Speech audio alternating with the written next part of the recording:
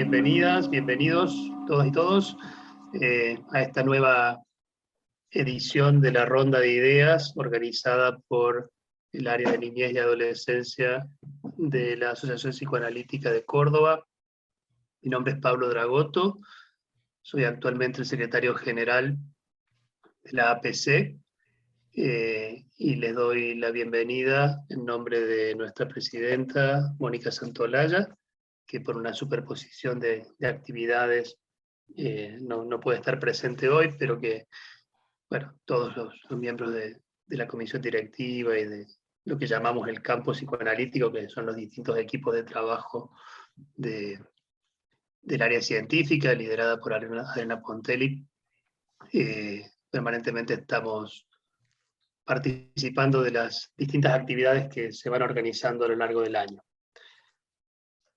La ronda de ideas viene siendo un espacio sumamente rico, fecundo, de debate y de puesta al día sobre temas de gran actualidad en el campo psicoanalítico, y así lo es también el tema de hoy. Bienvenida Bettina, muchas gracias por acompañarnos hoy. Bettina ya va a ser presentada por Marcela y por Adriana, pero no quería dejar de saludarte personalmente. Y bueno, con un tema, lo comentábamos informalmente al principio, de gran actualidad, de dolorosa actualidad, como es el abuso sexual en la infancia. Así que bueno, dicho esto, de paso le doy la palabra a Marcela Armeñanzas y deseo para todos y todas una linda jornada de trabajo. Bueno, hola, y voy a repetir la bienvenida que ya les ha hecho Pablo. Gracias, Bettina, por estar, y a todos los que nos acompañan, ¿no?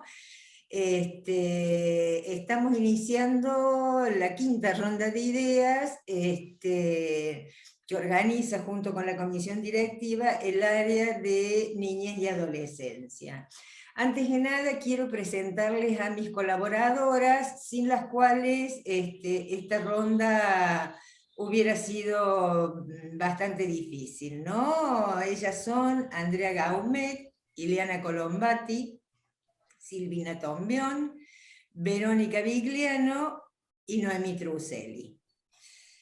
Tal como decía Pablo recién, en cada una de las rondas que nos hemos propuesto, hemos considerado abordar temáticas actuales y que además convoquen particularmente el interés de todos aquellos que recibimos en nuestra consulta, a niños, niñas y adolescentes, y por supuesto también a sus padres y parientes, ¿no?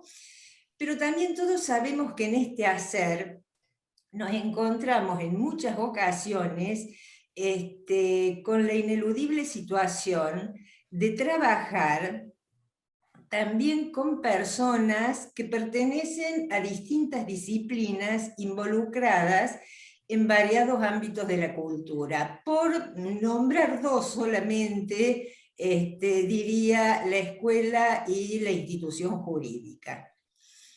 Hoy vamos a abordar, como decía Pablo, una temática terrible, una temática trágica, pero impostergable. Impostergable justamente por ello, y porque además recae en una población que es por demás vulnerable, ¿no? Vamos a tratar, esto ya también lo dijo Pablo, sobre la violencia sexual ejercida sobre niños, niñas, niñes y adolescentes, en general por aquellos cuya función debiera ser el cuidado y la protección. Entonces, es por ello que hoy le invitamos a la doctora Bettina Calvi, porque es una experta y referente en la temática, pero no solamente, porque está también comprometida desde lo social, absolutamente, con estas problemáticas que vulneran los derechos de los niños y adolescentes. Esta ponencia la hemos titulado Abuso sexual en la infancia, dimensiones clínicas y jurídicas. Les voy a contar, antes de presentar a Bettina, más o menos cómo va a ser la dinámica. Contamos con 1 hora y media, Bettina nos comentará sus ideas en un tiempo aproximado, entre 50 minutos y 1 hora, para poder usar el tiempo restante en una conversación y en un intercambio, justamente para que quienes están presentes puedan intercambiar con Bettina o entre nosotros diferentes ideas. Sí les pido que traten de utilizar el chat para ir anotando las preguntas que se les vayan ocurriendo y en su momento se las iremos trasladando a Bettina, ¿sí? Les voy a presentar ahora a Bettina.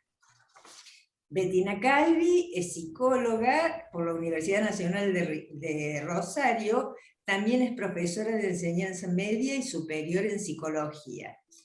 En el año 2004 defendió su tesis, Efectos psíquicos del abuso sexual en la infancia, cuya dirección la tuvo la doctora Silvia Bleichmar, y por la cual obtuvo el título de doctora en psicología por la Universidad Nacional de Rosario.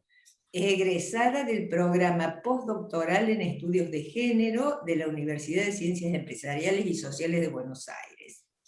Es miembro de la comisión directiva de la Asociación de Altos Estudios en Violencias y Abuso Sexual. Es profesora titular de la Cátedra Prácticas Profesionales Supervisadas C de la Facultad de Psicología de la Universidad de Rosario. Es directora del Centro de Estudios sobre Violencias y Abusos de la Facultad de Psicología de Rosario. Es docente de posgrado en diferentes universidades del país. Fue creadora y directora del Observatorio de Denuncias sobre Abuso Sexual en la Infancia del Ministerio Público de la Acusación de Rosario.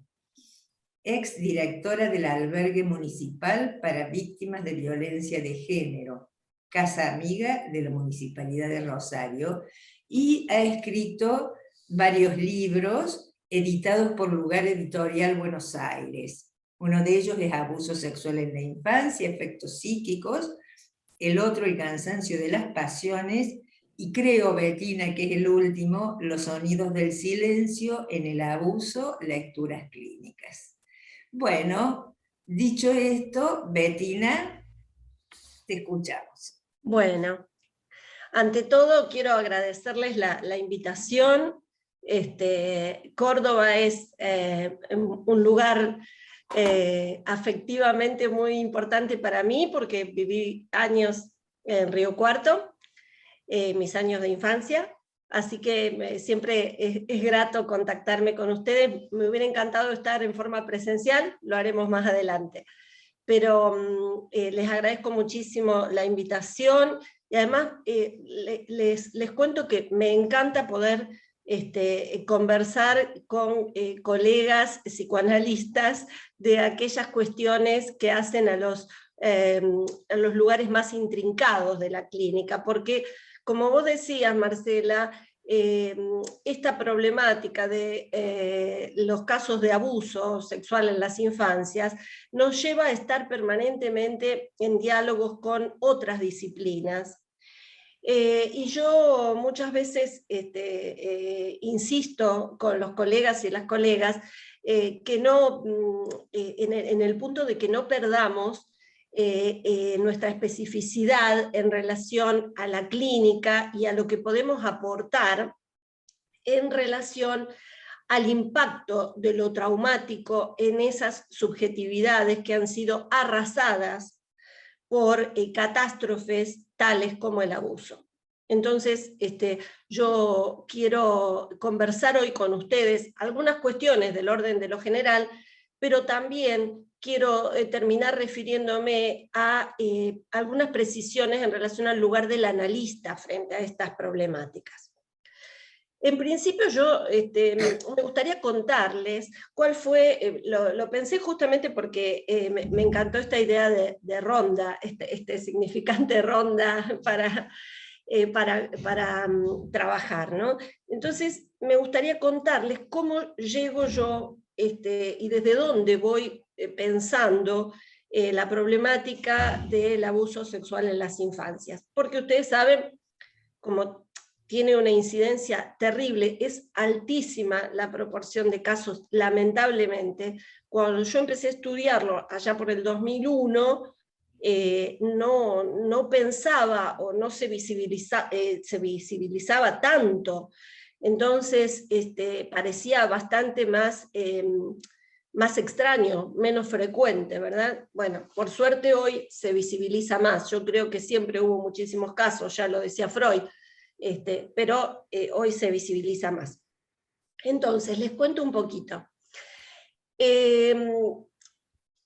Lo primero que quiero contextualizar es de qué psicoanálisis hablo cuando me refiero al psicoanálisis con el que yo trabajo. Debido a mi formación, yo parto primordialmente, por supuesto soy absolutamente freudiana, y he tomado muchísimo las ideas desarrolladas por Sylvia Bleichmar, porque me formé con ella, ¿verdad? Además yo creo que Silvia fue una de las grandes productoras de teoría psicoanalítica en Argentina. Ella proponía algo que a mí me pareció siempre muy interesante, que era para el psicoanálisis general la construcción de una teorética, decía, ¿no? ¿A qué se refiere con esto? Un procesamiento clínico que se vea sometido permanentemente a la revisión de las premisas teóricas que lo rigen, y una elaboración teórica que dé cuenta también de aquellas cosas que la clínica nos va presentando cotidianamente, ¿verdad? Entonces, partiríamos de un eje teórico freudiano que podríamos desplegar sucintamente en dos direcciones para este tema que nos ocupa hoy, que es la problemática del abuso. Esas dos direcciones serían: la primera, que el inconsciente no es un existente desde los orígenes, sino un producto de un complejo sistema de metabolizaciones simbólicas que se constituyen en el interior de las relaciones sexualizantes y de prohibiciones que instaura la estructura del Edipo. Y la segunda, el segundo eje, es que en el marco de la tópica psíquica, definida por juegos de instancias en conflicto, donde el síntoma se instaura y cobra valor simbólico, en tanto conflicto intrapsíquico, es decir, intersistémico. Esos serían los dos grandes ejes. En el desarrollo de mi tesis doctoral, yo propuse trabajar abuso sexual en la infancia, específicamente sus efectos psíquicos. Y sostuve en aquel momento que el abuso es una catástrofe inevitablemente traumática para el psiquismo infantil, y que por lo tanto provocaba efectos psíquicos que había que explorar en su singularidad, ¿verdad? Bueno, esto me valió muchos debates y confrontaciones, porque me decían que este concepto de efectos era un concepto criticable, que no se podía sostener desde el psicoanálisis, y que además llegué a escuchar de mis colegas, piensen que en aquel momento en Rosario regía un discurso de un lacanismo ortodoxo, muy cerrado, donde ellos llegaron a sostener que, por ejemplo, temas como el abuso sexual en las infancias, la violencia contra las mujeres, en aquel momento no estaba nominada aún como violencia de género, no eran cosas de las que el psicoanálisis se ocupara, porque en realidad tenía que ver con el campo social, bueno, una barbaridad, por supuesto. Pero de todos modos era muy difícil trabajar con el psicoanálisis que se proponía en aquel momento, ¿verdad? Trabajar estos temas. En ese sentido, yo necesité encontrar otros referentes que me permitieran trabajar con un psicoanálisis abierto a lo real, ¿verdad? Y a todas aquellas situaciones que encontramos en lo real. La otra cuestión que me parece interesante señalar con ustedes es que nosotros podríamos pensar que estamos trabajando con un psiquismo que está permanentemente abierto a los embates de la realidad, ¿verdad? Esos embates son más o menos traumáticos, pero están siempre.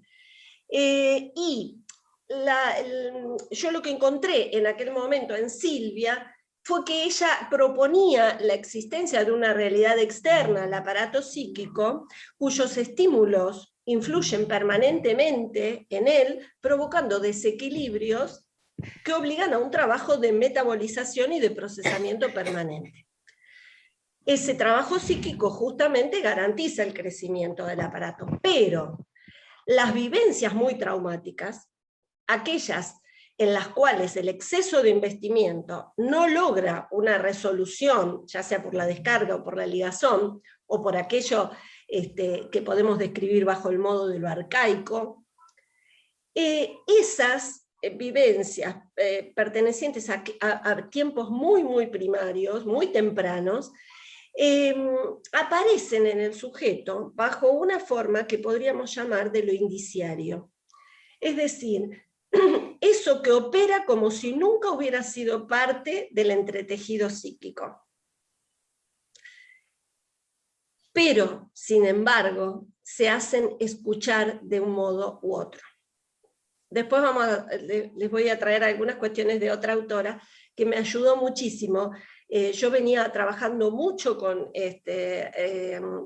la teoría de Silvia, y también ustedes saben que Silvia trabajó mucho con catástrofes sociales como fueron el terremoto de México. Ella estaba allí viviendo su exilio, y atendió a las víctimas del terremoto de México, y además formó parte de todo un proyecto de abordaje, también en otras catástrofes en Argentina, ¿no? Como la AMI y demás. Entonces me interesaba mucho el modo en que ella pensaba y establecía esta cosa como comparativa, ¿no?, entre las catástrofes sociales y lo que podríamos llamar catástrofes singulares, pero que tienen el mismo potencial de arrasamiento, ¿no? Y luego encontré otra autora muy interesante, con la cual me quedé fascinada, que es Françoise Dabuan. Françoise Dabuan, a quien tuve el gusto de conocer y de intercambiar un poco con ella, ha trabajado muchísimo con las víctimas, los sobrevivientes de las guerras en Europa. Y realmente elabora una teoría acerca de lo traumático y del lugar del analista frente a lo traumático, que a mí me ayudó muchísimo para trabajar con las niñas que han sufrido abuso,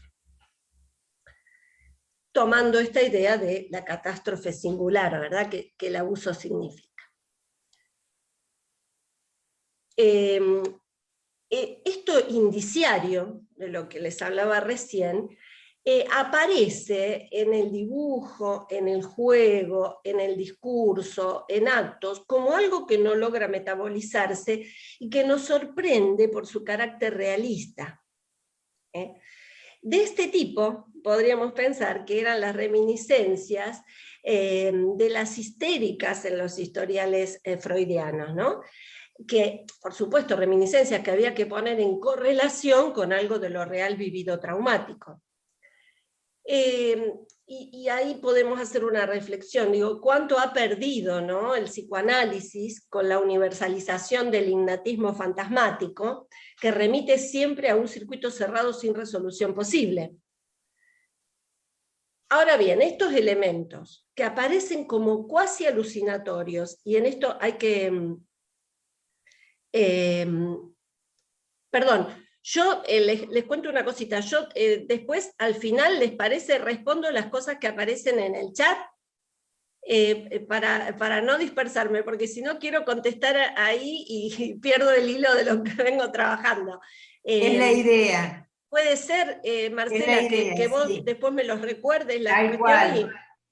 Porque quiero contestar a las personas que también van preguntando. Sí.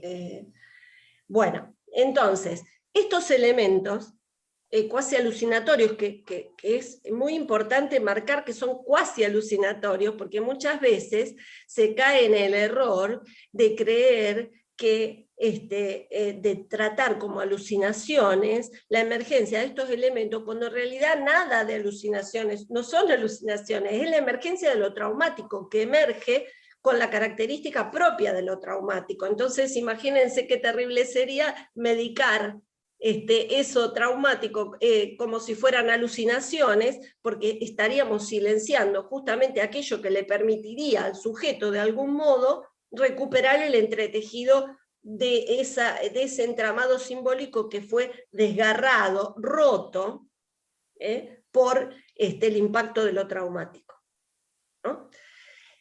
Por eso es tan importante que para trabajar con casos de abuso, de maltrato grave, de violencias de género crónica y demás, tengamos siempre presente una teoría respecto a lo traumático que nos lleva a pensar que las intervenciones clínicas son diferentes que en otras situaciones de la neurosis.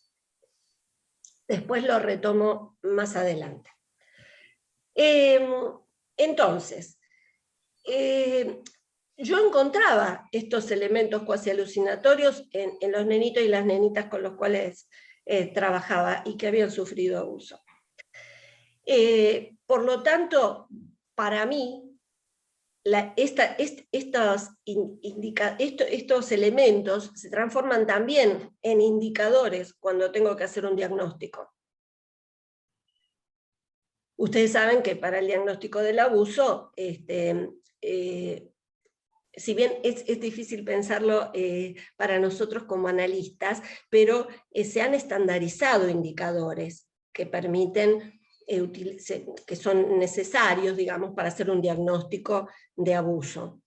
Ahora bien, por supuesto, ¿qué quiere decir que se han estandarizado? Nosotros no usamos una tabla para hacer un diagnóstico, pero sí lo que estos indicadores, por ejemplo, al modo en que Irene Intevi los trabajó en el libro, en su maravilloso libro Abuso sexual en las mejores familias, y después tiene el libro, el último, que es Proteger, Reparar, Penalizar.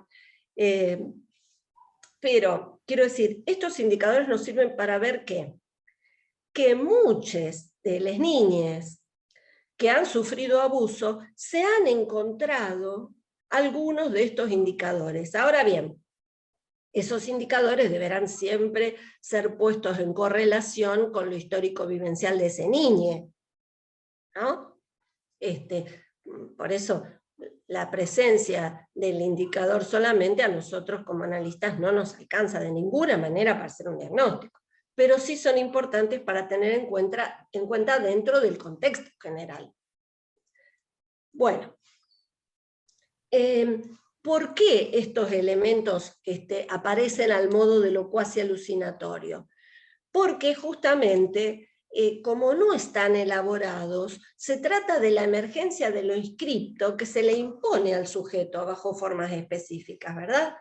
Ustedes piensen que el abuso es para las niñas como una especie de terremoto en la cabeza. Yo a veces utilizo la imagen del tsunami, ¿vieron cuando vemos en la tele esas imágenes de todos esos lugares arrasados realmente por el tsunami, y que quedan los restos de lo que fue una casa, un lugar? Bueno, piensa en la tópica psíquica igual después del abuso. La tópica entera, en el estado en que estuviera, es arrasada. Por supuesto, deberemos evaluar en qué momento estaba el niño o la niña cuando es impactado por este delito, porque no debemos perder de vista que esto es un delito, y que es un delito que tiene características particulares, pero que vulnera los derechos de las niñas, y el derecho que más gráficamente vulnera es el derecho a una infancia digna. Estas niñas pierden el derecho a la infancia, por un montón de cuestiones. ¿Por qué? Porque son arrojados al ejercicio de la sexualidad adulta, por supuesto en un estado de impreparación y de inmadurez, que perturba su vida psíquica en forma brutal, dejando marcas que estos sujetos van a llevar durante toda su vida. El abuso además está caracterizado por la asimetría, siempre está ejercido por un adulto, por alguien sensiblemente mayor de edad, que tiene una diferencia de poder y de saber respecto a la sexualidad. Siempre es violento, aunque esté ejercido con una violencia mayormente física o mayormente simbólica, pero siempre es violento, porque cuando el niño es tomado como objeto para el goce de un otro que está en una situación de poder y de saber, Lo hago. ¿Qué te callaste? no sé, me parece que hubo un problema con la grabación, ¿o no? ¿Se escucha? ¿Se escucha? Ah, bueno, listo. Sí, sí. Entonces, quiero decir, cuando esto sucede, ese niño queda en un lugar de objeto y el abusador está en un lugar donde hace produce una desubjetivación en ese niño, totalmente intencional, porque no le importa, por supuesto, el efecto que está provocando. Entonces, mi hipótesis de partida, cuando yo empecé a trabajar con esta problemática, fue que los efectos psíquicos del abuso en el psiquismo infantil eran comparables a los efectos de la caída del Estado de Derecho para los ciudadanos y ciudadanas, es decir, a los efectos del terrorismo de Estado o de cualquier situación extrema que vulnere los derechos de los ciudadanos y ciudadanas. ¿Por qué? Les cuento cómo armé esta hipótesis. Porque justamente las niñas, ustedes saben que la mayoría de los abusos, yo lo tenía como un supuesto y lo comprobé cuando hicimos el observatorio de las denuncias de abuso, la mayoría de los abusos son intrafamiliares. Con lo cual, las niñas son abusados por adultos que deberían protegerlos y cuidarlos, ¿no? Entonces, justamente de quien se espera protección y cuidado es de quien se recibe la agresión. En ese sentido es comparable, y entonces ¿a quién recurrir? Entonces, en las situaciones de terrorismo de Estado, si la violencia es ejercida por el Estado, ¿a quién recurre el ciudadano para pedir ayuda? El Estado, el sujeto se encuentra en una situación de inermidad absoluta. Bueno, entonces, esa hipótesis también me permitió trabajar los efectos psíquicos, porque yo encontraba que los efectos que los niñitos y las niñitas presentaban, y las adolescentes víctimas de abuso presentaban, eran semejantes a los que referían las personas que habían sido víctimas de situaciones de cautiverio, de tortura. Y eso me permitió establecer un poco estas comparaciones, ¿no?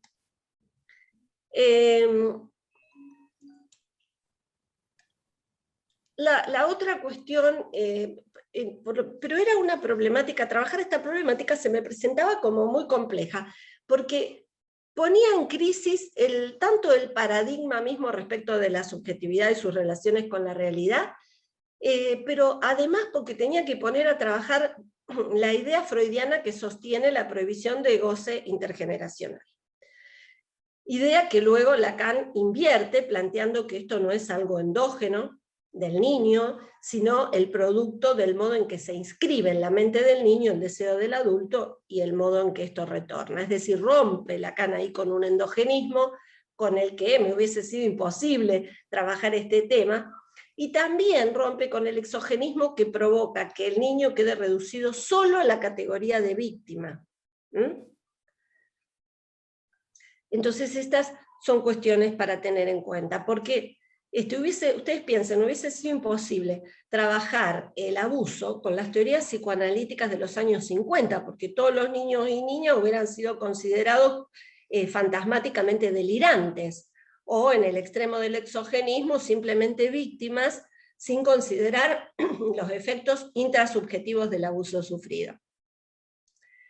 Entonces, por eso es que yo enfatizo tanto que es necesario contar con una teoría frente al traumatismo, ¿verdad?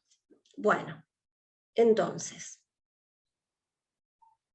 la problemática del traumatismo involucra dos cuestiones teóricas.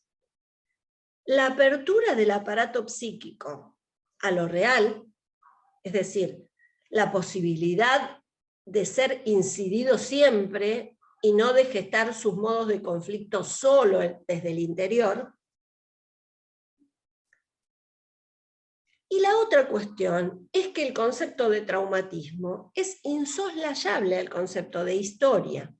No hay duda que se transmiten de una generación a otra las experiencias vividas, pero se transmiten a partir de los conflictos que se producen en cada generación respecto a su propia historia. Miren, tengo un ejemplo para esto, para que sea más claro.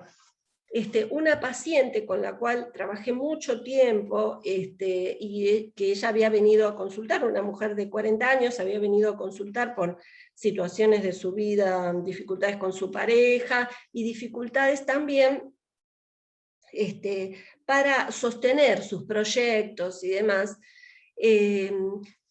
Particularmente al tiempo de andar en el espacio analítico, encontrábamos que una de las cosas que le ocurrían era una gran dificultad para ordenarse en tiempo y espacio. No podía ubicarse en tiempo y espacio, entonces se desorganizaba todo el tiempo, siempre, y no podía sostener proyectos. Bueno, ella, después de un año de trabajo, empieza a traer algunos sueños que a ella se le aparecían como muy angustiantes, y que eran sueños donde solo aparecían como flashes sensoriales, ¿no? Ella no comprendía de qué se trataba. Bueno, trabajamos mucho sobre eso hasta que ella finalmente puede ir articulando todos estos flashes sensoriales y hablar y empiezan a emerger recuerdos, ¿no? Recuerdos de el abuso sostenido y crónico que el abuelo que estaba a cargo de su crianza había ejercido sobre ella. Pero traigo esta situación para compartir con ustedes una frase que ella me dice. Ya habíamos trabajado mucho sobre esta situación, ella estaba mucho mejor, luego de algunos años, había podido afianzarse en su trabajo y sostenerlo, ordenarse en su vida familiar, distinguir qué era lo que no deseaba de lo que deseaba. Bueno, sí, ella estaba, las cosas pasaban por su vida ella iba rodando así por la vida sin tener sin poder inscribir nada de lo que le sucedía. Entonces, en un determinado momento, cerca del final del trabajo compartido, ella me dice: ¿sabes qué me preocupa, Bettina? Es que yo no voy a poder contarle a mis hijas nada de la historia familiar. Yo no voy a poder hablar de la historia familiar. Y es verdad, porque en realidad el abuso, el incesto, porque cuando es un abuso con estas características, tiene la fuerza de lo incestuoso, lo que hace es romper el orden intergeneracional. Fíjense que el incesto rompe con lo que hace, con la prohibición fundamental que ordena la vida en la cultura, que es la prohibición del incesto. Entonces, fíjense la gravedad de esto. La pregunta es, ¿cómo es que el sujeto puede inscribir algo del orden de la legalidad después de semejante afrenta, ¿no?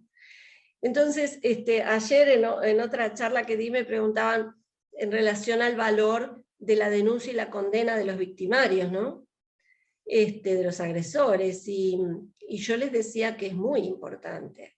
Y alguien me decía, bueno, pero el niño o la niña poco comprende de eso. Bueno, yo no sé cuánto, mejor dicho, no cuánto, de qué manera ese niño comprende o recibe eso. Pero lo que sí sé, y puedo dar fe de esto, porque a partir de mi trabajo con pacientes adultas que han sufrido abusos en infancias, que es totalmente diferente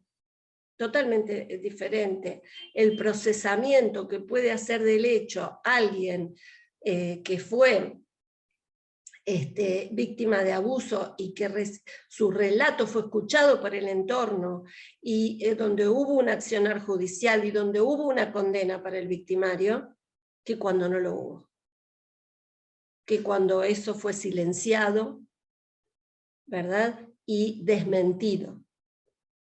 Entonces es muy importante la denuncia, es muy importante que o sea, por supuesto no está en nuestras manos que se condene al victimario. Lo que nosotros hacemos es dar los informes más sólidos que podamos, de acuerdo a nuestras herramientas teóricas, y en base a lo que hemos encontrado, ¿verdad?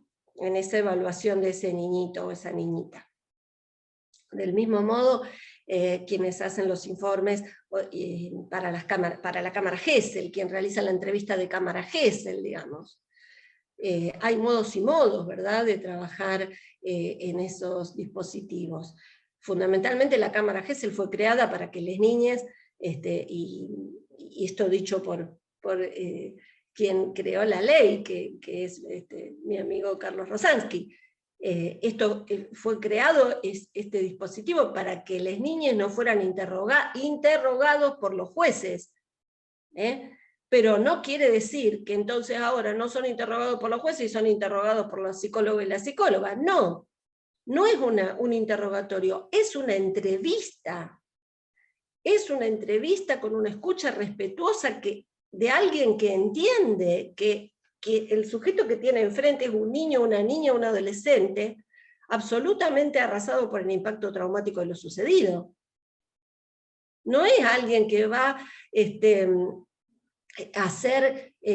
realizar un interrogatorio para ver si ese niño o esa niña dice verdad o mentira, porque quien se pone en esa posición está partiendo de la idea que el chico miente. Y para eso, ahora después les voy a citar una frase de Freud, que es muy interesante. Porque ustedes saben que en todas las disciplinas hay quienes intentan invisibilizar y desmentir el abuso. En todas.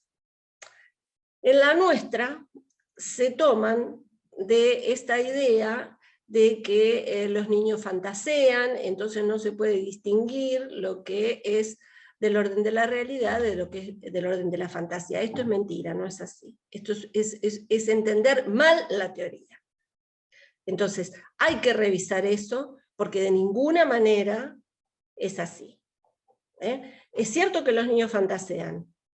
Ahora, cuando un niño, una niña, tiene conocimientos de la mecánica de la sexualidad adulta, es porque ha sido obligado a participar pasiva o activamente en ella, ¿verdad? Si no, Freud no hubiese escrito las teorías sexuales infantiles. porque los niños y las niñas tienen un particular modo de inscribir y procesar la cuestión de la sexualidad. Y en distintos momentos de su constitución psíquica. Cuando nosotros escuchamos una niñita de 5 años hablando de que al papá le sale pipí blanco, estamos ante una niñita que está hablando, no tiene ninguna posibilidad de saber que esto es el semen, digamos, pero sí sabe, conoce el pipí, entonces dice el pipí, entonces ve algo que ella trata de representarse con los elementos que tiene a su disposición, con los que cuenta, ¿me comprenden? Bueno, sigo un poquito adelante y después en las preguntas retomamos todo lo que ustedes quieran.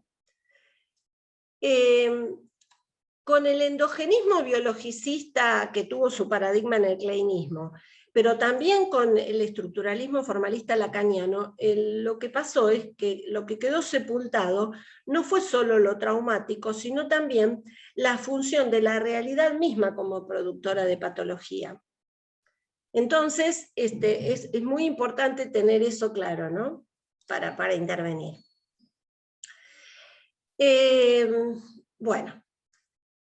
La otra cuestión que quería señalar, que todos y todas sabemos que lo traumático no es lo acontecial, sino que es el efecto producido en un psiquismo que ya tiene constituidas ciertas organizaciones de algo proveniente de lo real, que está ligado al acontecimiento, pero que en sí mismo, la fuerza que tiene, la tiene en relación, va a tener mayor o menor fuerza, de acuerdo a las inscripciones previas con las que el sujeto cuenta. Ahora bien, lo que no podemos poner en duda es que hay realidades como el abuso, como el maltrato grave y demás, que en sí mismas son productoras de patología por el impacto traumático que generan en el psiquismo. Bueno, muy bien. Voy ahora... dos o tres cositas más que quería decirles en relación a la cuestión del traumatismo. En el traumatismo también se juega la categoría de mensaje, es decir, el sujeto se pregunta ¿por qué? ¿Por qué me lo hace? Y esto yo lo he escuchado en niñitas y niñitos en el consultorio, ¿no? ¿Por qué me lo hace?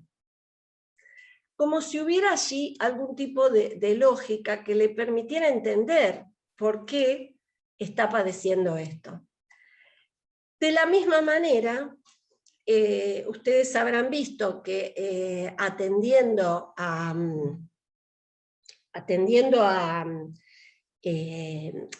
pacientes que han sufrido, por ejemplo, violaciones y demás, ellas intentan, si uno las escucha en un primer momento, lo que escucha es un discurso plagado de representaciones autoculpabilizantes, digamos, muy culpabilizantes. Donde dicen, por ejemplo, bueno, si yo no hubiera ido ahí, no me hubiera pasado esto, si no me hubiera vestido de determinada manera, no me hubiera pasado, si no hubiera salido, no me... Bueno. Estas representaciones, en la clínica tenemos que tener mucho cuidado, por supuesto son representaciones culpabilizantes que va a haber que ir deconstruyendo, pero con mucho cuidado, porque en un primer momento el sujeto está aferrado a eso, porque es lo que le permite ubicarse en una situación activa frente a lo que ha sufrido pasivamente. Es decir, ella así puede pensar, bueno, si yo no me he visto más así, no me va a pasar de nuevo, si yo no salgo, no... Y eso le funciona como cierta defensa. Entonces habrá que ir deconstruyéndola con mucho cuidado para no dejar al sujeto en el derrumbe total, ¿verdad? Bueno,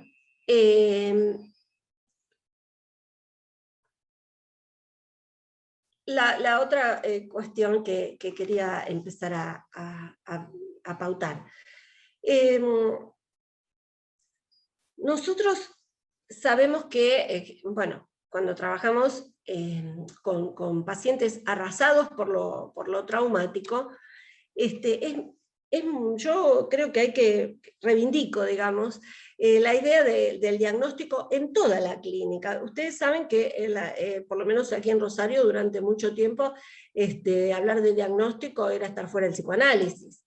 Lo cual me parece muy peligroso, porque en realidad es el diagnóstico lo que nos permite evaluar la analizabilidad o no de un sujeto, y además, por supuesto, permite definir si está operando o no la represión, en qué situación encontramos a ese sujeto que viene a consultarnos y demás. Mucho más en relación al traumatismo, ¿verdad? ¿Por qué? Y ahora vamos a esto. Nosotros trabajamos, sabemos que lo traumático tiene varios destinos, ¿verdad? Intentamos que haya la posibilidad de un procesamiento de eso traumático. Ahora, muchas veces la estrategia con la que enfrentamos a los pacientes que han sufrido traumatismos importantes no es la adecuada. Y ahora vamos a ver por qué. Y en esto es que les cuento que me sirvió tanto trabajar con François Dabuan, toda la obra de François Dabuan, sobre todo un libro maravilloso que les recomiendo, que es Trauma y Guerra, creo. Ahora les digo exactamente, y la editorial, porque lo tengo acá en la otra mesita, me tengo que parar. Bueno, el primer paso para la elaboración de un traumatismo, uno podría pensar que es justamente el relato, la posibilidad de construcción de un relato. Ahora, cuando el sujeto está tan arrasado y lo único que puede traer son estos flashes sensoriales donde sabemos que ahí algo hubo grave que irrumpió desarmando justamente, arrasando, desentramando ese tejido simbólico. Por ejemplo, un gran error sería pedir asociaciones. ¿Se entiende? Porque no se puede pedir asociaciones sobre algo que no ha sido inscrito. Entonces, es fundamental pensar el lugar del analista en estos casos. La explosión sin metáforas de la garantía de la palabra y la deconstrucción de todas las referencias deja al sujeto que se ve confrontado con ellas en un estado de extrañamiento, de soledad absoluta, respecto de todo el resto de los lazos que hasta ese momento le eran familiares. Para que ustedes se den una idea, el sujeto frente a lo traumático está frente al desarme, al derrumbe de toda su cotidianeidad. Es la cotidianeidad lo que se desarma también. Entonces, respecto al traumatismo, se trata de búsquedas, a la vez clínicas e históricas, que permiten formular las condiciones de posibilidad de un enfoque analítico de los síntomas que muestran la ruptura de esa transmisión sobre las fallas del lazo social. Desde esta perspectiva, el manejo de la transferencia es muy diferente de un manejo clásico en psicoanálisis, ya que tiende a inscribir pedazos de historia, pedazos, es interesante el concepto, pedazos de historia cercenados y no reprimidos, en el cruce de lo más singular con lo más general.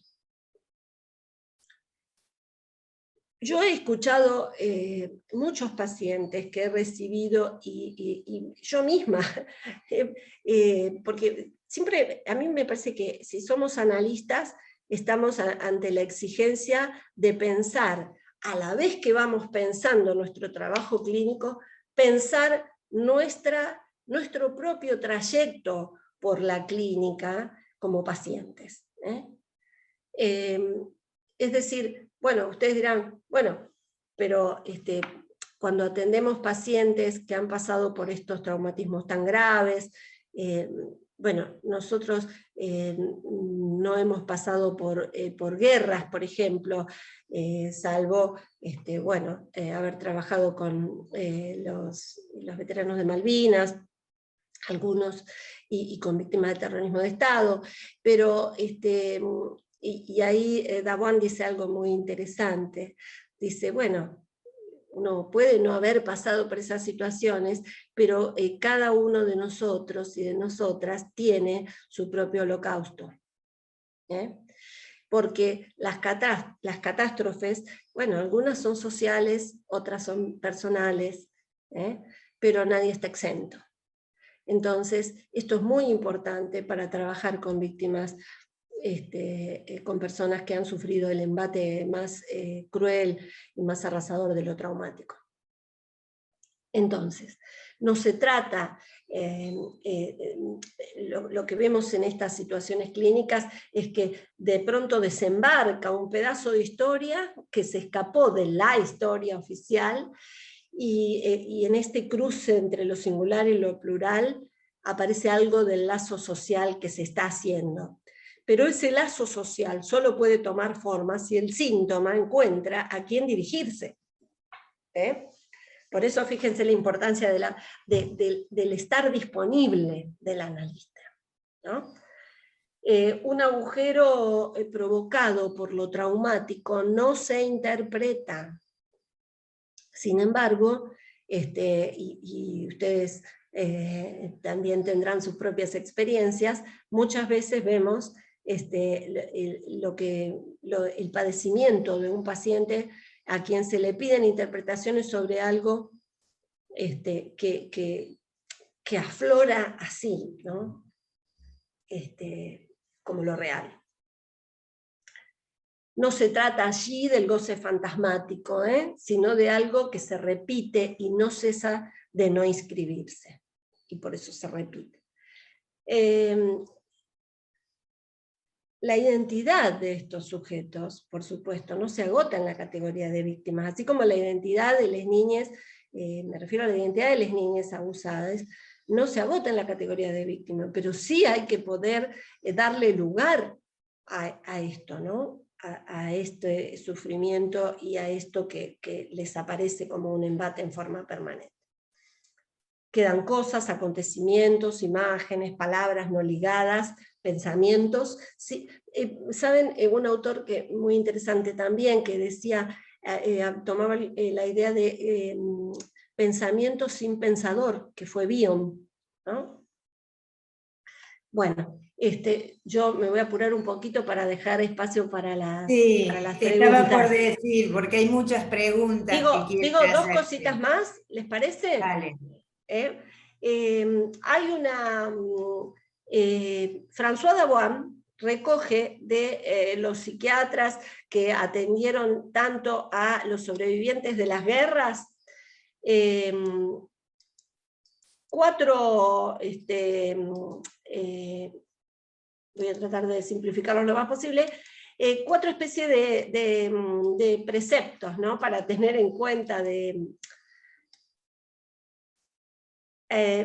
cuestiones, ¿no? Los voy a acotar un poquito. Tener en cuenta que el analista debe tener en cuenta la simplicidad, es decir, no utilizar un discurso erudito, abigarrado y oscuro para trabajar con el paciente o con la paciente. La otra es la proximidad. Ustedes saben que muchas veces se malinterpreta esa idea de la neutralidad analítica y la abstinencia, confundiéndola con falta de empatía, y no se trata de eso, sobre todo cuando hablamos de pacientes altamente traumatizados. El analista debe estar en disponibilidad, en proximidad y de una manera simple. Y además tener en cuenta que se trata de una situación donde el otro está mostrando su mayor dolor, ¿verdad? Incluso hay situaciones donde, bueno, la proximidad llega a ser hasta física en estas situaciones. Ahí cuando el sujeto está, quiero decir, no se trata de que dejemos de mantener el dispositivo ni más, pero muchas veces, incluso Lacan ha hablado de hay una entrevista muy interesante que estaba en YouTube, que Miller entrevista a una señora que fue paciente de Lacan, y donde Lacan, en un momento dado, donde ella se desesperaba al escuchar unas sirenas, que le recordaban los bombardeos y demás, Lacan se acerca y pone su mano sobre la mejilla de ella, y eso tiene un efecto pacificador en el sufrimiento de esa paciente. Bueno, llego hasta acá para poder intentar intercambiar con ustedes. Bueno, ¿te parece que te lea 2 preguntas juntas? Porque me parece que vas a poder responderlas, porque hay varias preguntas. La primera que dice, pregunta Agustina, ¿son las marcas del goce del mismo trauma que se hacen ver en los síntomas posteriormente? Y Liliana Villagra pregunta, ¿puede el acontecimiento traumático del abuso considerarse en terreno de lo siniestro si la violencia se ejerce en el medio familiar? Bueno, en principio, yo no hablaría de goce en esas situaciones, sino de la emergencia de lo traumático, de aquello que no fue inscripto. No hablaría de goce allí. Me parece que es otra cosa. Es esto que se le presenta al sujeto justamente porque no cesa de no inscribirse. Y en relación al otro, absolutamente se trata de lo siniestro. Aquello que no tiene representación y que se presentifica en el cuerpo en distintas cuestiones, ¿verdad? Pero encuentra una forma de hacerse escuchar. ¿Cómo era la última parte de la pregunta que no la recuerdo? Si puede el acontecimiento traumático del abuso considerarse en terreno de lo siniestro si la violencia se ejerce en el medio familiar. Sí. El abuso reviste el carácter de lo siniestro siempre, pero cuando se trata de incesto, directamente la magnitud es muchísimo mayor incluso. Justamente porque reviste el carácter de lo siniestro es que se desmiente tanto el abuso, porque es imposible soportar en el psiquismo de quienes no están en un posicionamiento perverso, ¿verdad? Bueno, Verónica Icazuri dice que cree que los niños saben del proceso judicial, porque en sus temores y momentos de desmentidas está la culpa por la posibilidad de que su padre, lo digo por un tratamiento en curso, pueda ir preso. Y esa niña tiene 5 años. Bien, muy interesante esto también porque me permite tocar la cuestión de la retractación. En los casos de abuso, y sobre todo cuando son de incesto, la retractación es un indicador más de que el abuso ha sucedido, porque la retractación se produce por el impacto que genera el desmembramiento y la explosión de la organización familiar y las presiones que puede haber allí sobre esa niña, ¿verdad? Adriana Pontelli ha pedido la palabra. Te escuchamos, Adriana. Era para preguntar, respecto a nosotros con Marcela, tuvimos una experiencia de una consulta de gente que trabaja en una comunidad Atacama. Allá hace unos años hubo una situación de abuso en una escuela, ¿sí?, de La Puna, y el cacique en algún momento se contactó con esta gente intermediaria para trabajar la cuestión de un abuso que fue masivo, digamos, de un maestro blanco, a un grupo de alumnos. Los estudiantes eran niños de la escuela primaria, pasaron por cámara Gesell y efectivamente se comprobó el abuso del maestro. Entonces el cacique pretendía que hubiese algún tipo de intervención para ayudar a elaborar.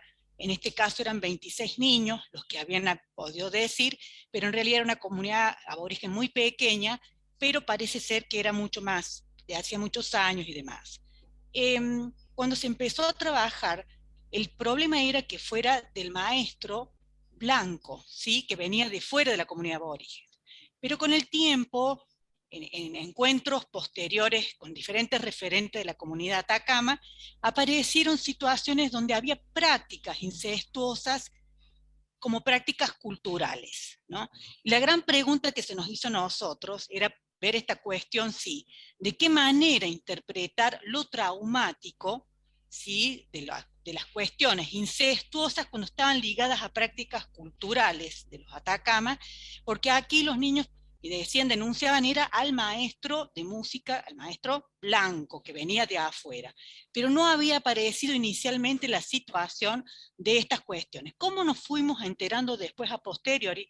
Porque de pronto trabajando con la escuela, la vía de trabajo, nosotros en lugar de trabajar fue a través de la escuela, de los maestros que habían entrado algunos en connivencia con este maestro ocultando y otros tratando de, bueno, de qué manera se podía alojar la demanda de los niños.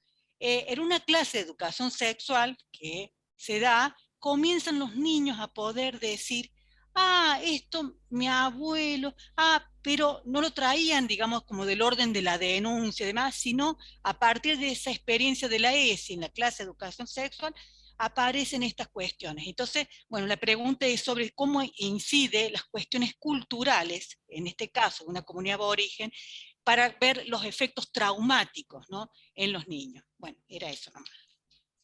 Bueno, es muy interesante lo que traes. No sé si tengo respuesta para esto. Yo te digo las cosas que yo puedo pensar en relación a esto. Nosotros sabemos que cada cultura pauta los intercambios. Y sabemos que cada cultura tiene sus prohibiciones. También sabemos que hay prohibiciones diferentes entre una cultura y otra. Lo que sí está claro es que no hay cultura que no tenga ciertas prohibiciones que normativizan la vida en esa cultura, ¿verdad?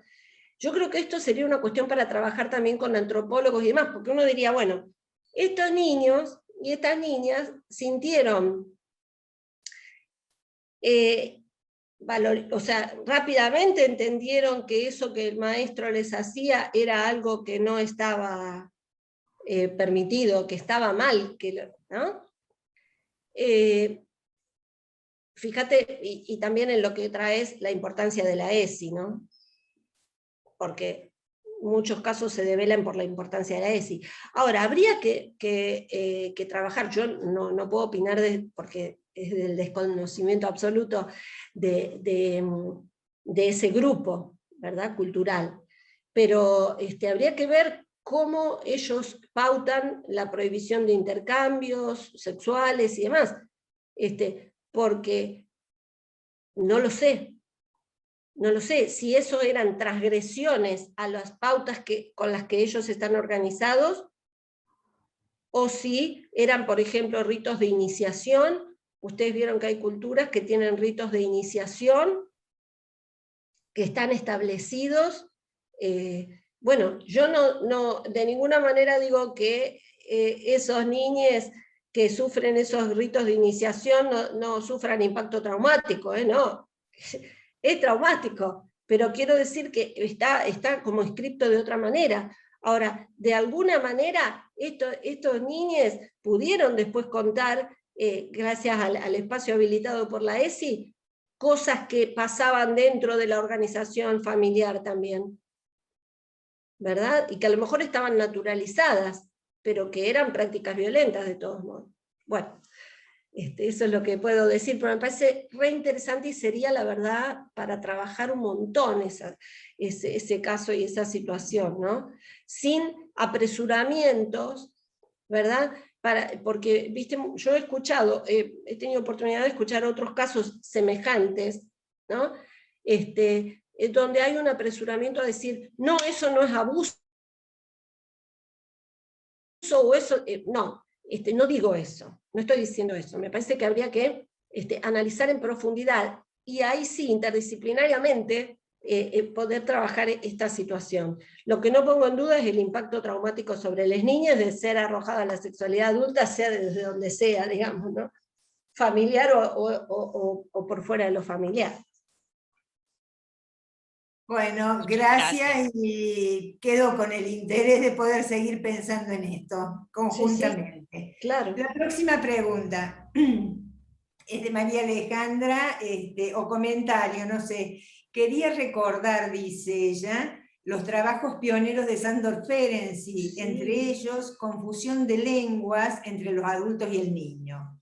Allí señala que el trauma es el resultado de una violación psíquica del niño por un adulto, de una confusión de lenguas entre ellos y del desmentido por parte del adulto de la desesperación del niño.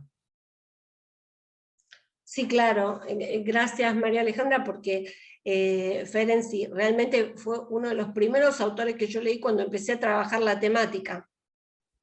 Y ahora, últimamente, con otro amigo y colega a quien quiero mucho y que somos admiradores de Ferenczi los dos, que es Nico Reiter, que seguramente lo conocen, hablábamos justamente del valor y del olvidado que fue Ferenczi, siendo tan valioso. Ese material es maravilloso, el de confusión de lenguas, ¿no? Gracias por traerlo. Andrea Gaumet dice, pregunta, ¿qué opinión le merecen los abusos entre adolescentes fuera de lo intrafamiliar? Por dentro del mismo grupo de amigos, donde se silencian, donde se silencian muchas veces por temor a las críticas grupales. Bueno, es un tema complejo, ¿no? Porque ocurre muy frecuentemente. Yo creo que, y he atendido situaciones, me parece que esto no podemos dejar de pensarlo. Es necesario para que podamos pensar esto, pensar cómo operan aún hoy las representaciones absolutamente patriarcales en el discurso social y en la constitución de la masculinidad, ¿verdad? Yo soy una convencida de que los varones están construyendo otro tipo de masculinidades en este momento. Pero aún hay un predominio en el discurso social, y del cual muchas veces en muchas organizaciones familiares los muchachos siguen haciéndose eco y manejando esta idea de que, bueno, todo es posible, digamos. Y muchas veces no son solo los varones los que están en este posicionamiento, sino que muchas mujeres también, y entonces les cuesta mucho poder reivindicar su derecho a decir no quiero, aunque se haya dado una situación que parecía mostrar lo contrario, ¿verdad? Esto no pasa solo en adolescentes. He atendido hace poco un caso de una joven universitaria, donde en una situación con un compañero de su curso en la universidad, tiene una situación como esta, y ella no se atreve a decir que no, que ese no era el modo en que ella deseaba tener un encuentro, a pesar de que deseaba tener un encuentro con él, pero el modo que él propone es un modo totalmente violento y realmente muy abusivo, que para ella es traumático, y ella no puede sustraerse y decir que no. Digamos, a mí me parece que hay que hacer mucho, por eso me parece que el psicoanálisis, para estar a la altura de la época, necesita, debe ser interrogado por las preguntas y demás que aporta el feminismo y los estudios de género. Es inevitable, ¿no? Pero no podemos no tomar las preguntas y los cuestionamientos que después vemos cómo tramitamos eso. Yo tampoco digo que se trate de tomar todos los enunciados del feminismo acríticamente, me parece que hay que ponerlos a trabajar con la teoría psicoanalítica, que es con la que nosotros nos manejamos, ¿verdad?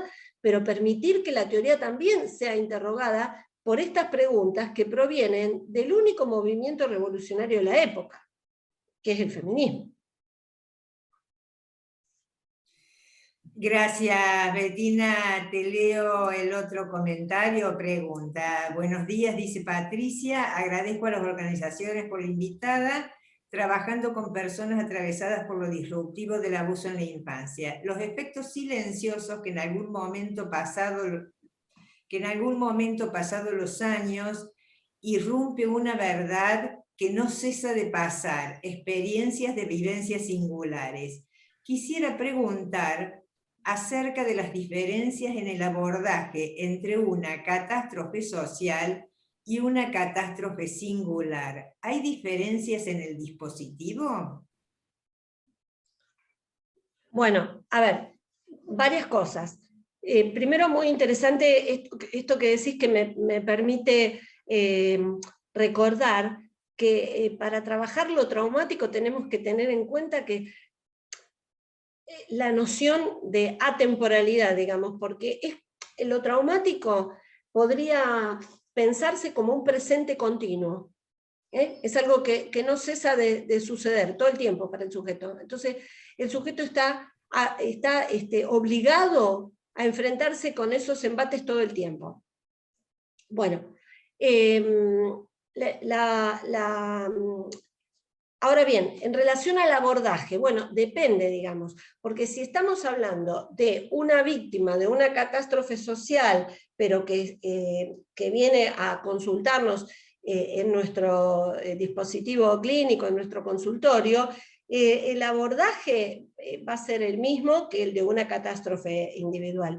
Ahora bien, si nosotros tenemos que diseñar un dispositivo para abordar grupos de víctimas de una catástrofe social, la teoría va a ser la misma, pero tal vez tengamos que variar el dispositivo porque va a haber que trabajar con dispositivos grupales y demás. Un ejemplo mínimo doy. En el albergue para víctimas de violencia, el proyecto que yo diseñé y con el cual funcionaba el albergue contemplaba los distintos espacios. Había un espacio de trabajo individual para quien lo solicitara, pero había un espacio de trabajo grupal y un dispositivo grupal que era condición necesaria para quien estuviese alojado en el albergue. Y el dispositivo individual era a pedido de quien lo solicitara, ¿verdad? No sé si respondo con eso.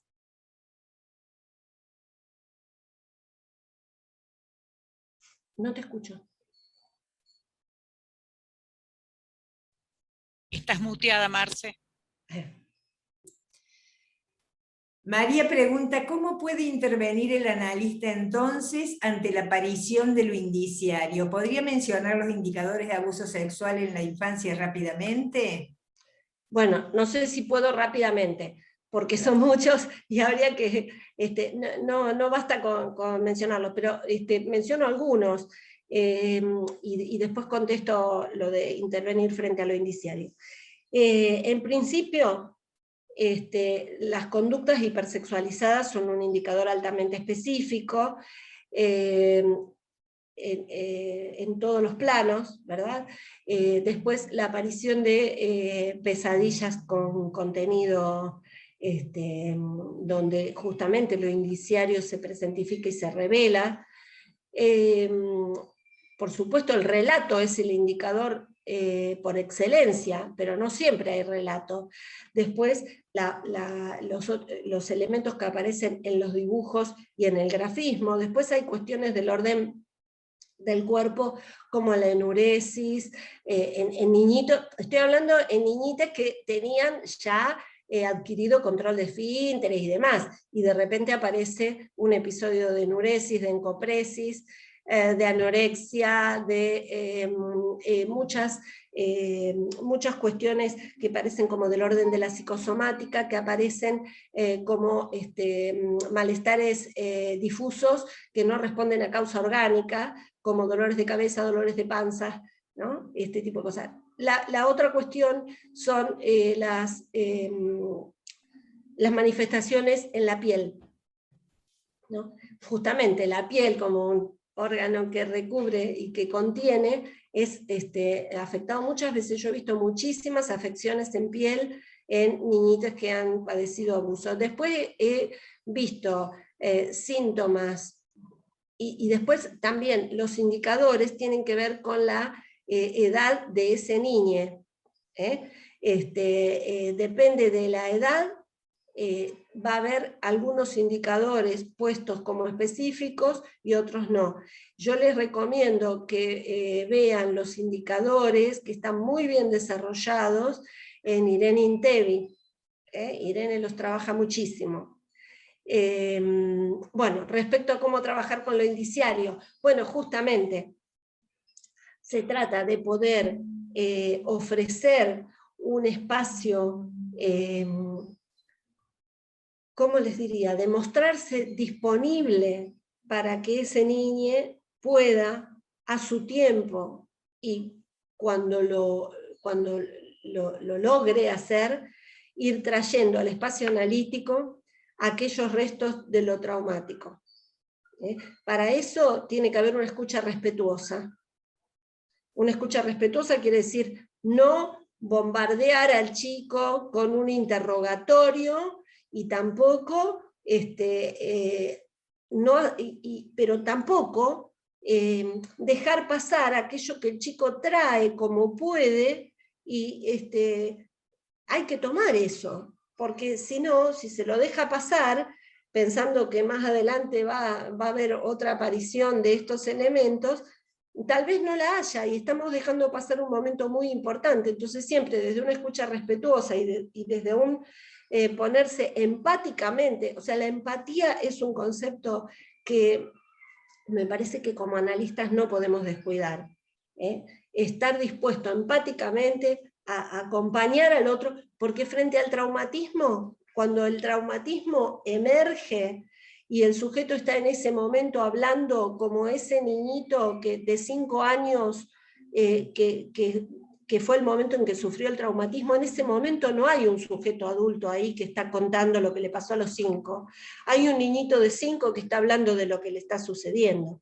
Entonces ahí nuestra función es de acompañamiento y de sostén, ¿no? Ahí no hay un sujeto supuesto saber. Después, cuando eso pasa, el sujeto se reubica y otra vez nos ubica en el lugar de sujeto supuesto saber, y ahí podemos volver a pedir asociaciones y demás. Pero en el momento de la emergencia de lo indiciario, debemos estar allí para acompañar y sostener, y en una escucha respetuosa y empática. Bueno, gracias Bettina, te leo el otro comentario. Dice Agustina que en Principios Rectores del acto psicoanalítico de Eric Loren, hace hincapié en que el psicoanálisis no es una técnica, sino un discurso que anima al otro a que construya su singularidad, su excepción, como decís Bettina. Recordé este párrafo hermoso y recomiendo leerlo. Ramiro dice, hoy en la escuela han subido muchísimo los casos de abuso. Los alumnos lo transmiten a los docentes. Luego de un proceso de asesoramiento para realizar la denuncia, los adolescentes se resisten a asistir a los dispositivos propuestos porque no encuentran un verdadero espacio de escucha y vuelven a la escuela a buscar allí el espacio inicial. Esto fue varias veces planteado por los alumnos y sus familias, de no encontrar verdaderos espacios de acompañamiento. Claro, es muy interesante esto que traes, porque esto es lo que debe hacernos reflexionar en torno a cómo estamos atendiendo a los adolescentes que han pasado por estas situaciones. No se puede, yo creo, les voy a decir, que muchas veces los analistas y las analistas, como un mecanismo defensivo, se parapetan, se hacen como un escudo de la teoría, pero la verdad que haciendo un uso espurio de la teoría, porque justamente tal vez sea necesario que trabajen un poco más en sus propios análisis y acepten que esto que decía François Dawan, que todos y todas tenemos nuestros propios holocaustos y hay que poder trabajarlos. Si uno no los tiene trabajados, los desmiente. Y si los desmiente en relación a uno, jamás va a poder escuchar a un paciente que esté hablando de su propio holocausto. Bueno, respecto a esto que acabas de contestar sobre la pregunta, Mariela Sacchetti quiere hacer un comentario. Te escuchamos, Mariela. Hola, buenos días. En verdad es un comentario sobre lo que había traído Adriana, ¿no? En relación a comunidades. Bueno, hola a todos. A lo mejor ustedes conocen las momias del Yuyayaco, en Salta, ¿no? En excavaciones se encontraron estos niñitos sepultados que en verdad eran enterrados vivos porque se les daba de beber chicha, los embriagaban, quedaban dormiditos y los enterraban. ¿Qué pasa? Esto era algo cultural. Estos se encontraron 3 que están en el Museo de Alta Montaña, enfrente de la plaza en Salta, y después se suspendieron las excavaciones, porque sin dudas debe haber un montón de niños más, ¿no? Pero claro, esto tiene que ver con lo cultural. Entonces, en relación a esto que pasaba con el maestro de la comunidad aborigen y con el maestro blanco, creo que acá es donde más tenemos que tener en cuenta que el psicoanálisis, para estar a la altura de la época, debe abrirse a la interdisciplina, ¿verdad? Porque si no, quedaríamos arrasados por la moral propia del psicoanálisis sin dar lugar a lo que tiene que ver con lo cultural, ¿no? Porque bueno, para estos niñitos que eran enterrados en el Yuyayaco, era un privilegio ser elegido para eso, porque desde que nacían y hasta ese momento se los alimentaba y se los criaba para ofrecerlos a los dioses. Entonces, bueno, traigo esto porque, bueno, algunos me conocen, yo estoy en la Católica, doy psicología de la niñez en la Católica, y tenía la posibilidad de trabajar con comunidades aborígenes de la Puna jujeña.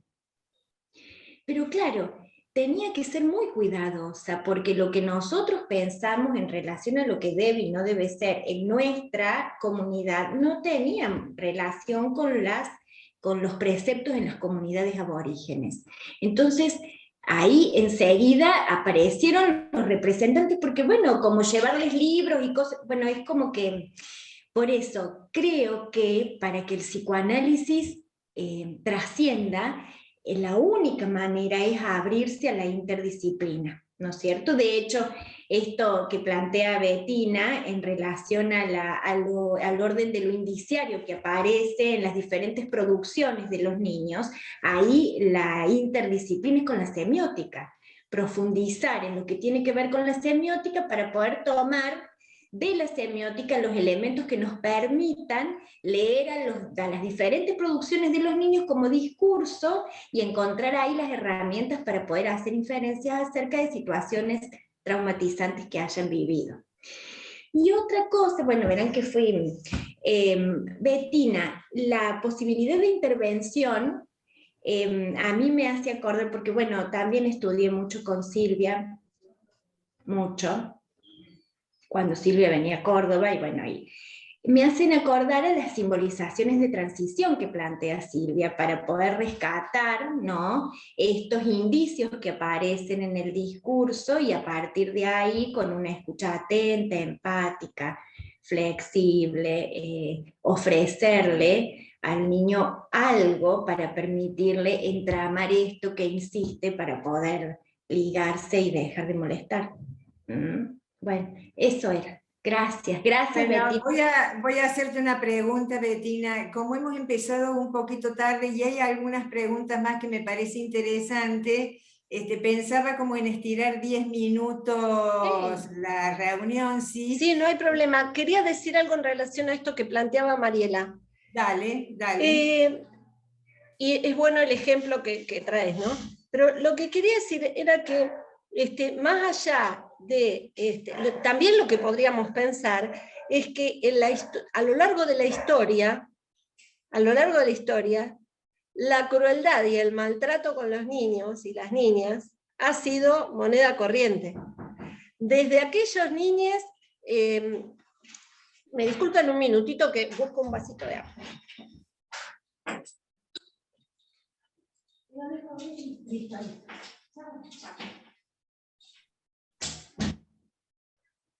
Desde aquellas situaciones en las cuales las niñas eran ofrecidos como objetos de placer para los emperadores y demás, no voy a abundar en detalles, pero Lloyd de Maus trabaja muchísimo esto, hasta otras situaciones, la crueldad en relación a las niñas ha sido altísima, ¿no es cierto?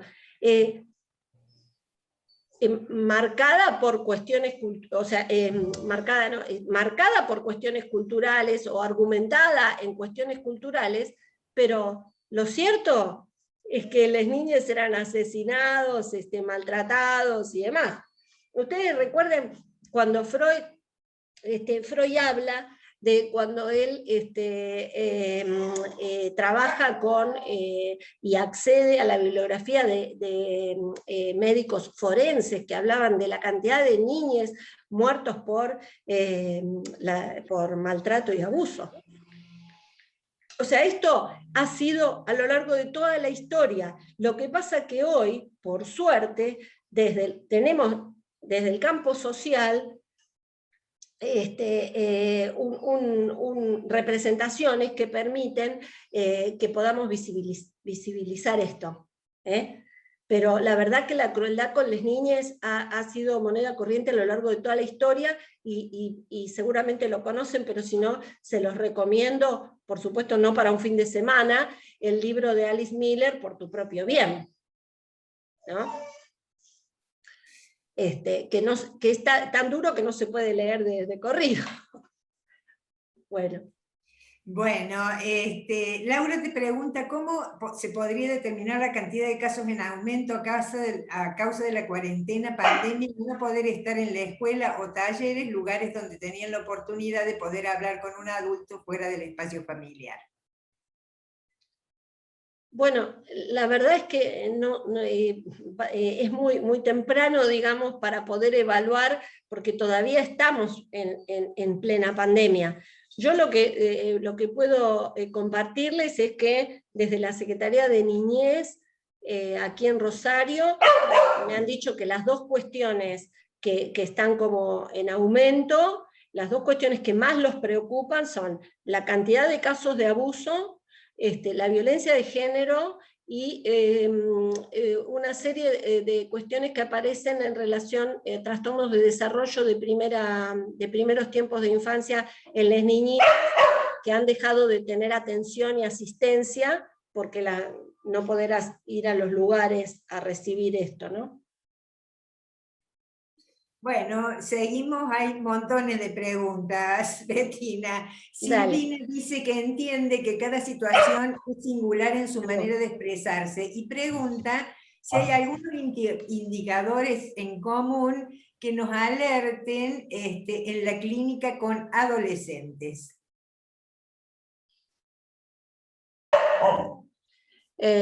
Bueno, a ver. Tengo un inconveniente porque me han traído mi perro que no estaba y ahora ladra, así que esperen que les voy a... Tomá.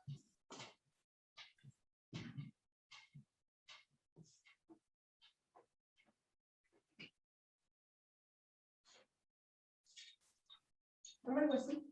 Ay, muy bien. Bueno, repetime la pregunta, Marcela, por favor. Te la repito, espérame un minuto. Si hay algún tipo de indicadores para trabajar con adolescentes, que nos alerten en la clínica con adolescentes. Bueno, en realidad los indicadores son los indicadores pensados como indicadores de abuso en los distintos momentos, ¿verdad? Para los adolescentes, en general lo que se contempla, por supuesto lo de las conductas hipersexualizadas sigue funcionando porque ahí lo que se observa es o una inhibición absoluta de toda la sexualidad o justamente estar arrojada a una cosa compulsiva en relación a la sexualidad. La otra cuestión son cambios abruptos, pero muy abruptos, porque estamos hablando de adolescentes, entonces cambios en lo que se llama carácter y demás, hay un montón, pero esto tiene como una característica más fuerte, ¿no? Trastornos de alimentación, trastornos de sueño, por supuesto. El tema de los trastornos de sueños es un indicador en todas las edades para el abuso. Y después, bueno, todo lo demás que pueda... El tema con el quehacer intelectual también es importante para tener en cuenta. Muchas veces son chicas que tenían un buen rendimiento en su quehacer intelectual y de repente sufren como una caída así supermarcada, y eso debe entenderse porque, digamos, toda la energía psíquica es puesta, convocada para poder intentar tramitar lo que le está pasando, cosa que no logra, pero no hay energía disponible para otro tipo de actividad, ¿verdad? Por eso el quehacer intelectual se ve tan empobrecido. En todos los casos que yo he atendido, solo en un caso hubo un sobreinvestimiento del quehacer intelectual y la joven estaba totalmente atrincherada, les diría, en el quehacer intelectual, y eso le permitía sentirse protegida frente a todo lo demás que le sucedía, ¿no? Bueno, Agustina adscribe, me parece, a lo anterior. Sería muy provechoso que nos brinden algunos indicadores para qué es lo que has estado haciendo, para realizar un punto de convergencia con la singularidad del discurso del analizante. Liliana te agradece por este espacio de intercambio y que se tiene que retirar. Graciela, en catástrofes sociales, cuando se trabajó en AMIA con los afectados por el atentado, hubo trabajo grupal implementado por Carlos Scheckerman y Silvia Bleichmar. Con Cromañón también se trabajó lo grupal con gabinetes escolares y directivos de las 600 escuelas secundarias de Capital. También se trabajaba con entrevistas individuales y derivaciones. Se resignificaba en cada uno según lo histórico vivencial. Liliana Villagra dice que efectivamente Perdón, en relación a esa última intervención, eso está muy bien, además trabajado en el libro que Carlos y Silvia hicieron, donde Carlos cuenta toda esta experiencia, ¿no? Sí, hay otra, no, me salté una que dice Laura lo siguiente: soy sobreviviente de abuso intrafamiliar en mi infancia y adolescencia, hoy estudiante avanzada en psicología, y creo fundamental la ESI en todo ámbito educacional, darle herramientas a la niñez para prevención, para no seguir llegando siempre tarde. Gracias por la oportunidad de este tipo de debates.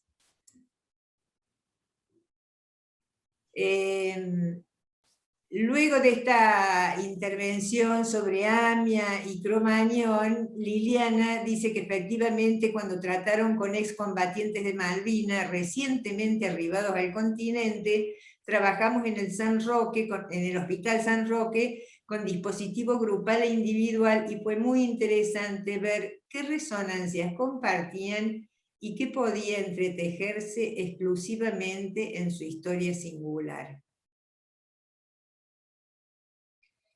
Muchísimas gracias, dice Graciela, a los organizadores de Córdoba y a Bettina Calvi por tu claridad meridiana. María dice también, muchísimas gracias y muy interesante. Y hay muchas salutaciones. Adriana Pontelli, excelente presentación. Bettina, muy claro y contundente tu aporte. Gracias a todos los participantes por la participación en los comentarios y la pregunta. Por suerte, dice Laura, hay cambios paradigmáticos. Sonia Nieto recuerda una situación en una localidad con comunidad aborigen, una niña no perteneciente a la comunidad, abusada por un niño aborigen, que es una forma muy habitual de relacionarse entre los niños de ciertas comunidades. Tenía una represa en la que se bañaban desnudos. Hoy en día hay derechos universales de los niños, las niñas y adolescentes que trascienden las cuestiones culturales. Eso es muy importante esto que acabas de decir, porque nosotros, más allá de como profesionales del campo de la salud, como ciudadanos y ciudadanas, tenemos un marco legal sobre el que debemos ubicarnos. Y tenemos una ley que se llama, que tiene que ser un concepto rector, que es la Ley de Protección Integral, la 26.061, que es la Ley de Protección Integral para niños, niñas y adolescentes.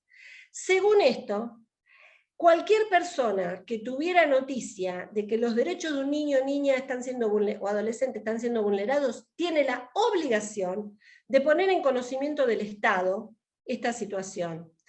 Incluso antes de la denuncia, lo que se hace es el anoticiamiento, que es poner en conocimiento de una instancia estatal, por ser Secretaría de Niñez, bueno, de acuerdo a lo que haya en cada lugar, que se tiene conocimiento que los derechos de este niño o niña están siendo vulnerados. Después, el Estado tendrá que investigar de qué se trata, porque nosotros y nosotras no somos investigadores, somos analistas, pero sí tenemos obligaciones como ciudadanos y ciudadanas, y además como ciudadanos y ciudadanas que pertenecemos al campo de la salud. Tal cual. Bueno, voy a leer la última pregunta, comentario, porque me parece que ya estamos en hora y vamos a tener que cerrar, hay mucho, pero bueno, siempre es bueno quedarnos con ganas de... Andrea dice que piensa también en el posicionamiento de los psicoanalistas en los ámbitos jurídicos. Muchas veces en los pasillos de tribunales se escucha mientras no sea psicoanalista. En la realización de pericias o participación de distintos fueros, pienso más allá de los prejuicios, ¿cuánto tendrá que ver nuestra intervención o no en ámbitos interdisciplinarios?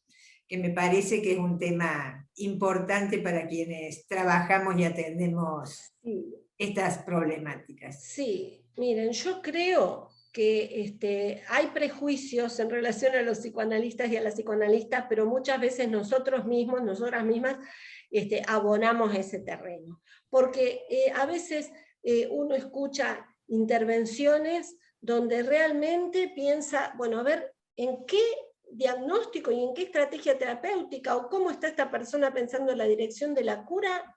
Imposible de entender, es como si estuviera... Mira, yo tengo una anécdota de un alumno mío, 6º año de psicología, que tenía que hacer un ejercicio, quedó para la historia esto, tenía que hacer un ejercicio de análisis de una situación clínica. Y entonces él había propuesto todo, o sea, desde las distintas, había propuesto una intervención sistémica, una intervención psicoanalítica, una conductual y demás, todo junto. Entonces yo le decía, pero, a ver, ¿cómo vos podrías articular esto? Porque son concepciones de sujeto diferentes, y por lo tanto está pensada la clínica de otra manera, está pensado el síntoma de otra manera. No, dice, profe, lo que pasa es que yo tiro, y si picó, picó. Claro, yo escucho que muchos colegas nuestros también a veces es como que tiran, y si picó, picó, ¿viste? Entonces dicen cosas, repiten algunas cuestiones. Me parece que muchas veces se deja de lado que la única forma de ser analistas es conservar los 3 pilares, ¿no? El propio análisis, la supervisión y la formación continua. Porque uno necesita todo el tiempo estar trabajando. No es que uno se recibe de psicoanalista, no. El ser psicoanalista se construye permanentemente, y se construye a partir de las preguntas que la clínica, que nuestros pacientes nos presentan, y menos mal que no tenemos respuesta para todo. Porque ese no tener respuesta nos lleva a supervisar, a investigar, a reflexionar, a buscar, a ver, ¿no? Bueno, y a seguir pensando a partir de todo lo expresado por Bettina, lo aportado por los participantes de acá en más. Agradezco a todos. Adriana, ¿querés despedirte en nombre de la comisión directiva? Me parece que está. Agradecer, por supuesto, la participación, Bettina, excelente la presentación y la generosidad con la que has compartido también el material y la experiencia clínica. Y bueno, en nombre de toda APC, ¿sí? Agradecer también la participación de cada asistente, con el silencio, con la escucha, con la idea, con el aporte. Y bueno, invitar a las próximas rondas. El área de niñas y adolescentes viene trabajando fuertemente, invitarlas para las próximas rondas. Nada más. Bueno, yo también les agradezco mucho la invitación, y a todos y todas las participantes, sus preguntas, sus comentarios para continuar pensando. El conocimiento se construye conjuntamente, nadie tiene el saber. Un abrazo para todos, buen fin de semana. Gracias. Fin de semana. Chao, que estén todos muy bien. Chao, muchas gracias. Chao, chao. Chao. Chao, gracias, gracias.